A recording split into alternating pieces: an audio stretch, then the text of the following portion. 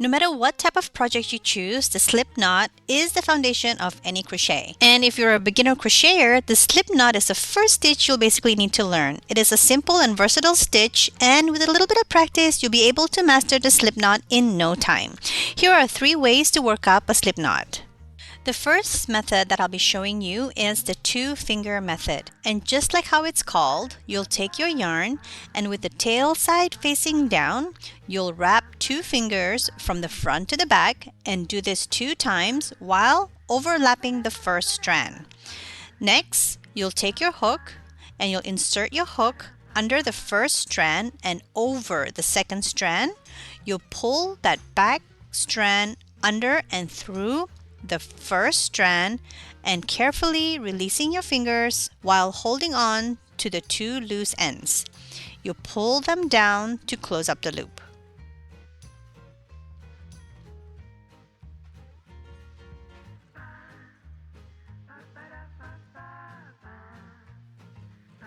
Now, let's do that one more time.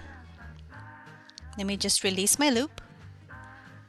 You'll take your yarn, you'll wrap it around 2 fingers twice. You'll insert your hook underneath the first strand and you'll draw up the back strand. You'll pull up your loop while releasing your 2 fingers and you should have your knot. And let me just show you how I do it a little bit faster. The second method is called the 2-finger pull-through method, which is also my go-to method.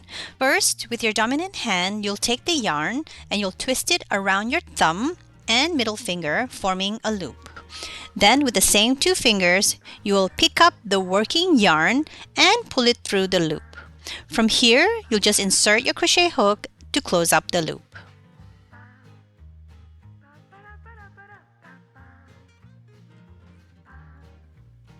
Now let's do that one more time. I'll just release my loop from my hook. With a yarn tail facing down, with your dominant hand, you'll twist the yarn. You can use 2 fingers, sometimes 3 fingers work as well. And you'll pick up the working yarn through the loop and pull it through. And you have your first slip knot. Let's do it again a little bit faster. You'll twist the yarn, pick up the working yarn and pull it through. Insert your hook and continue your work as usual. The third method is called the yarn over method. First, you'll hold on to the yarn on 2 sides, forming a little line, and you'll take your crochet hook from the top. You will twist the yarn under and over like the letter J. And once you have a loop on your hook, you will hold on to the bottom of that loop, and from here, you'll just work a yarn over and you'll pull through that loop. Now, let's do that one more time.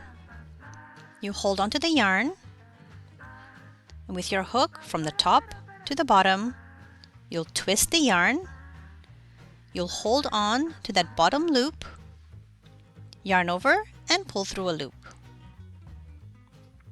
And I'll do that one more time a little bit faster.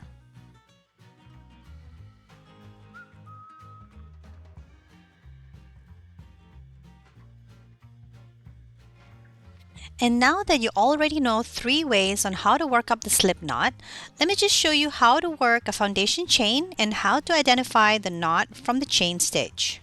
I am working the 2-finger pull-through method, and once I have a nice loop on my hook that is not too tight or too loose, I will work on my foundation chain.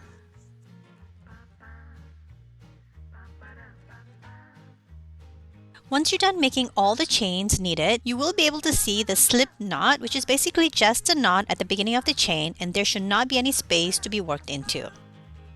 If you like this tutorial, don't forget to give it a thumbs up and subscribe to my channel for more tips and tutorials like this. Bye for now!